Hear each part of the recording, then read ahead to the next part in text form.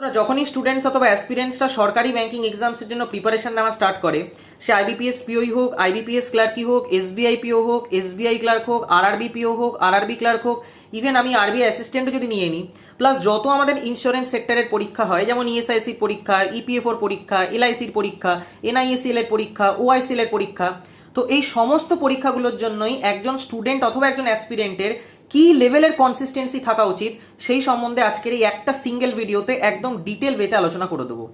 দেখো বন্ধুরা, তোমরা যে কোনো কম্পিটিটিভ এক্সামের জন্যই প্রিপারেশন করো না কেন, শুধুমাত্র ব্যাংকিং বলে না, দুনিয়াতে যত আমাদের কম্পিটিটিভ এক্সামস হয় সেই সমস্ত কম্পিটিটিভ এক্সামের জন্য কনসিস্টেন্সির ডেফিনেশন আমার কাছে একটাই। কনসিস্টেন্সি মানে হচ্ছে বোরিং জিনিসকে তোমাকে রেগুলারলি বারবার প্র্যাকটিস করতে হবে, বারবার অভ্যাস করতে হবে। যে জিনিসটা তোমার ভালো লাগছে না করতে, তাও যখন সেই জিনিসটা তুমি ডিসিপ্লিন ওয়েতে রেগুলার বেসিসে করে যাচ্ছ, সেইটাকেই আমরা কনসিস্টেন্সির আন্ডারে ফেলি। কারণ কনসিস্টেন্সি মানে এই নয় যে তোমার আজকে এই জিনিসটা পড়তে ভালো লাগলো, তুমি একদিন পড়লে কিংবা দুদিন পড়লে, 3 দিনের দিন আর পড়লে না, অথবা ছেড়ে দিলে। অথবা আজকে তুমি এই জিনিসটা বুঝলে, তোমার ভালো লাগলো সেই জিনিসটা বুঝতে, তুমি একদিন করলে, দুদিন করলে, 3 দিনের দিন তুমি ছেড়ে দিলে। কনসিস্টেন্সি মানে হচ্ছে যে জিনিসটা তুমি শিখবে সেই জিনিসটা ততক্ষণ অবধি করে যাওয়া, ততক্ষণ অবধি প্র্যাকটিস করে যাওয়া যতক্ষণ না অবধি তোমার ফাইনাল সিলেকশন হচ্ছে। As simple as that. তোমার হয়তো আজকে প্রিলিমসের সিলেবাস পুরো কমপ্লিট হয়ে যেতে পারে, তোমার হয়তো মেন্সের সিলেবাস এখনো বাকি থাকতে পারে, কিন্তু প্রিলিমসের সিলেবাস যা তোমার কমপ্লিট হয়েছে সেই অনুযায়ী রেগুলার বেসিসে তুমি যদি মক না লাগাও, তুমি যদি গা ছাড়া দিয়ে থাকো যে হ্যাঁ আমি তো প্রিলিমসের মক টেস্ট ভালোই পারি, আমার প্রিলিমসের মক তেমন লাগানোর দরকার নেই, আমার তো প্রিলিমসের এক্সাম কোয়ালিফাই হবে, দেখবে একটা না একটা টাইমে তোমার কোয়ালিফাই হবে না। কারণ স্পিড নষ্ট হয়ে যাবে। কারণ প্রিলিমসের মক টেস্টের জন্য তুমি কনসিস্টেন্ট নও, তোমার দিতে ইচ্ছা করছে না, তোমার মনে হচ্ছে আমার সব কমপ্লিট, আমি সব কিছু পারি, কিন্তু তুমি গিয়ে দেখবে রিয়েল এক্সামে তুমি প্রচন্ড পরিমাণে প্রবলেম ফেস করবে। তো ন্যাচারালি যাই তুমি শেখো না কেন, আজকে অঙ্কের ধরো তুমি একটা নতুন কোনো চ্যাপ্টার শিখলে, অথবা রিজনিংয়ে তুমি একটা নতুন কোনো পাজেলের টাইপ শিখলে, তো সেই পাজেলের টাইপ তুমি ধরো 3-4 দিন প্র্যাকটিস করলে, তারপর 5 নম্বর দিন থেকে তোমার মনে হলো আর আমার প্র্যাকটিস করার দরকার নেই, কারণ আমি সবই করতে পারি। তুমি দেখবে 10 কি 12 দিন পরে যে জিনিসটা তুমি শিখেছিলে অথবা যে টাইপের পাজেলটা তুমি প্র্যাকটিস করেছিলে, সেটা যদি তুমি রিভাইজ না করো, তুমি যদি রেগুলার বেসিসে প্র্যাকটিস না করো, তুমি আবার সেই জিনিসটা ভুলে যাবে। এবং এই জিনিসটা ভীষণ ভীষণ ভীষণ একটা ইম্পর্টেন্ট রোল প্লে করে একজন স্টুডেন্ট অথবা একজন অ্যাসপিরেন্টের সিলেকশনের ক্ষেত্রে। সে যদি প্রপার ওয়েতে রিভাইজ না করে এবং সে যদি কনসিস্টেন্ট না থাকে, তাহলে সে আগের জিনিসগুলো ধীরে ধীরে ধীরে ধীরে আস্তে আস্তে আস্তে আস্তে ভুলতে শুরু করে। ওই জন্য সবসময় তোমাকে যখন কনসিস্টেন্সি মেনটেন করতে হবে, একটা জিনিস যদি তোমার পড়া হয়ে থাকে, সেই জিনিসটা যদি তোমার ভালো করেও প্রিপেয়ার্ড থাকে, তাও তোমাকে সেই জিনিসটা রেগুলার বেসিসে রিভাইজ করতে হবে, রেগুলার বেসিসে প্র্যাকটিস করতে হবে। আজকে যখন তুমি অঙ্কের সমস্ত কনসেপ্ট শিখে নেবে, আজকে যখন তুমি অঙ্কের টেকনিক অফ সলভিং শিখে নেবে, তাও তোমাকে শুরুর থেকে শেষ চ্যাপ্টার অবধি, অর্থাৎ এরিথমেটিকের রেশিও প্রপোর্শন প্র্যাকটিস করতে হবে, পার্সেন্টেজ আবার প্র্যাকটিস করতে হবে, প্রফিট অ্যান্ড লস আবার প্র্যাকটিস করতে হবে, ডিসকাউন্ট আবার প্র্যাকটিস করতে হবে, আগের কোশ্চেনগুলোই তোমাকে বারবার করে প্র্যাকটিস করতে হবে। জেনারেলি এক একটা চ্যাপ্টারের ওপর আমরা 500 থেকে 550 কোশ্চেন প্র্যাকটিস করি। যাহা তক তুমি একটা টেকনিক শিখে গেলে, যাহা তক তোমার একটা চ্যাপ্টার কমপ্লিট হয়ে গেল, ওই 500 থেকে 550 কোশ্চেন একটা পার্টিকুলার চ্যাপ্টারের ওপর টাইম ধরে ধরে তোমাকে রেগুলার বেসিসে সলভ করতে হবে।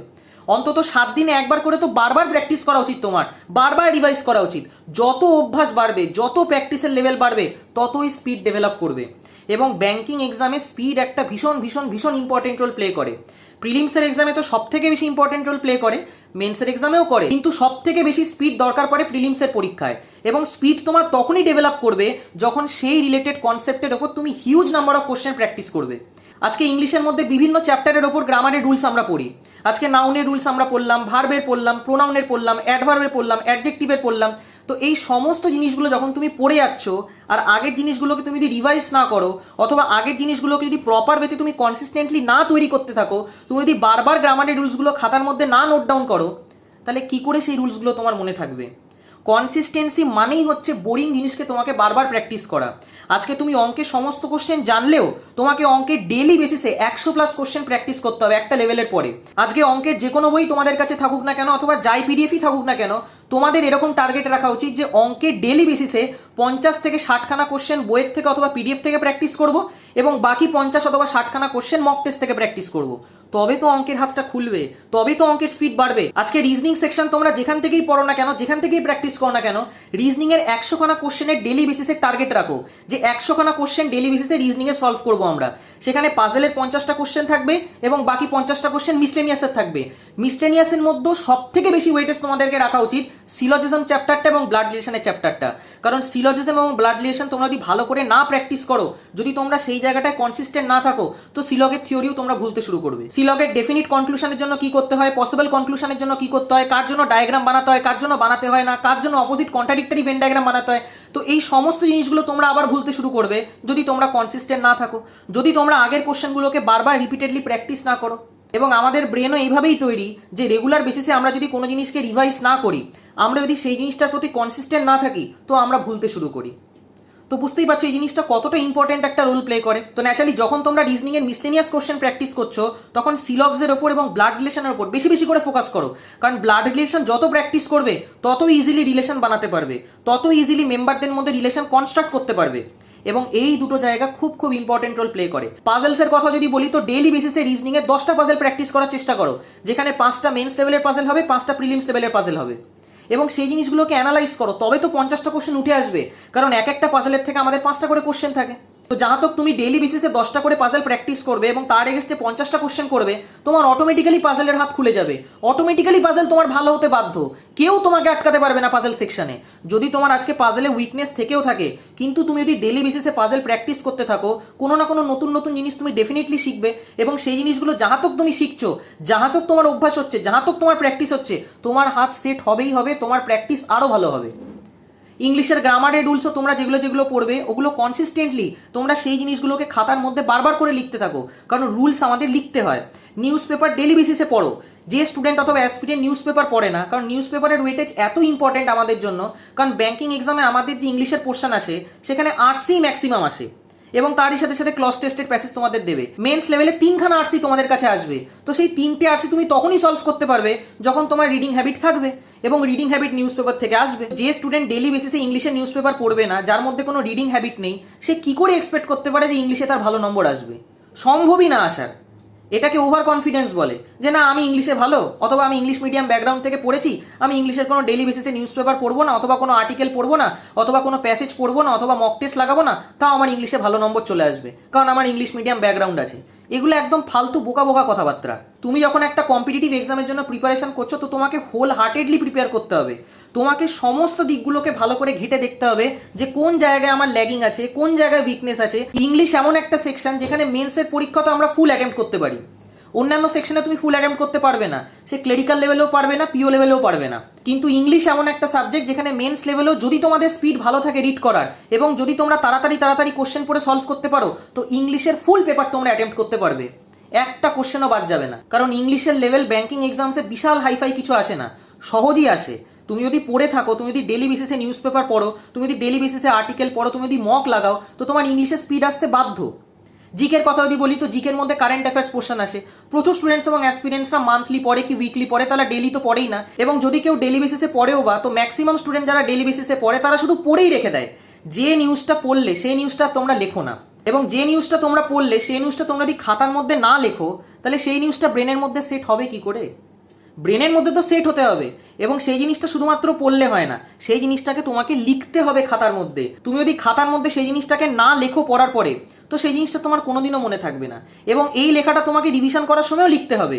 যাহাতক তুমি একদিনের নিউজ পুরো কভার করলে, সাপোজ সেখানে 10টা কিংবা 12টা নিউজ আছে, এবং সেরকমভাবে যাহাতক তুমি এক সপ্তাহে নিউজ কমপ্লিট করবে, তো এক সপ্তাহের নিউজ কমপ্লিট করার পরে আগের নিউজগুলোকে আবার রিভাইজ করে লিখতে হবে, এবং সেইটাকেই তো কনসিস্টেন্সি বলে।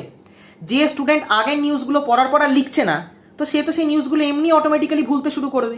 যে শুধুমাত্র একবারই লিখেছে, কারণ অত সহজ নয় জিনিসটা রিটেন করা, আমরা খুব সহজেই ভুলে যাই। এবং এই সমস্ত আনইম্পর্টেন্ট জিনিসগুলো, কারণ কারেন্ট অ্যাফেয়ার্স কার মনে রাখতে ভালো লাগে, এগুলো আমাদের ব্রেন মনে করবে আনইম্পর্টেন্ট জিনিসপত্র, তো এই জিনিসগুলো ব্রেন খুব তাড়াতাড়ি ভুলে যায়। তো ওই জিনিসটা যাতে না হয় ওই জন্য আমাদেরকে লিখতে হয়, এবং লিখবো কীরকমভাবে, যাহা তক এক সপ্তাহের নিউজ কমপ্লিট হয়ে গেল আমাদের, তখন আমরা লিখে লিখেই পড়ছি, এক সপ্তাহ কমপ্লিট হওয়ার পরে আগের নিউজগুলোকে আবার রিভাইজ করবো লিখে, তবে গিয়ে সেই জিনিসটা তোমার ব্রেনের মধ্যে সেট হবে, তবে গিয়ে কিছুটা পোর্শন কারেন্ট অ্যাফেয়ার্স তোমার মনে থাকবে, এবং সেই জিনিসগুলো তুমি এক্সামে অ্যাপ্লাই করতে পারবে এবং অপশন মার্ক করতে পারবে, না হলে তো পারবে না। এই জিনিসটাকেই তো কনসিস্টেন্সি বলে।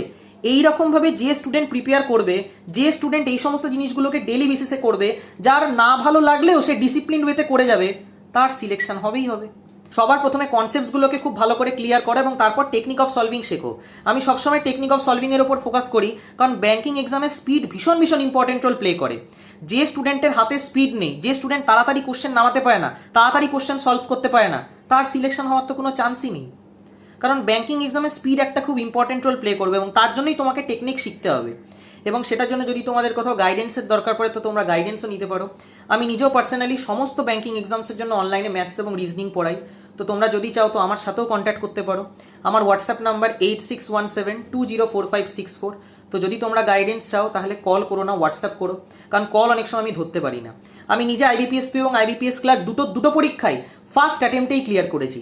তো ন্যাচারালি তোমাদেরকে খুব ভালো করে গাইড করতে পারবো যে কি টেকনিক অফ সলভিং হওয়া উচিত, কিভাবে একটা কোশ্চেনকে অ্যাপ্রোচ করা উচিত, যাতে কোশ্চেন সলভিং টাইমটা আমরা কমাতে পারি এবং নিজেদের অ্যাটেম্প বাড়াতে পারি। কারণ যত আমাদের ব্যাঙ্কিং এক্সামস হয় সেখানে ম্যাথস এবং রিজনিং সব থেকে বেশি ওয়েটেজ ক্যারি করে এবং ম্যাথস অ্যান্ড রিজনিংই সব থেকে বেশি টেকনিক অফ সলভিং লাগে। কারণ ম্যাথস অ্যান্ড রিজনিংয়ে আমাদের কোশ্চেন সলভ করতে হয় এবং সেই কোশ্চেনটা তুমি তখনই সলভ করতে পারবে যখন তার পেছনের টেকনিক তুমি জানবে, নাহলে কোশ্চেনটা সলভ করতে অনেক টাইম লেগে যাবে।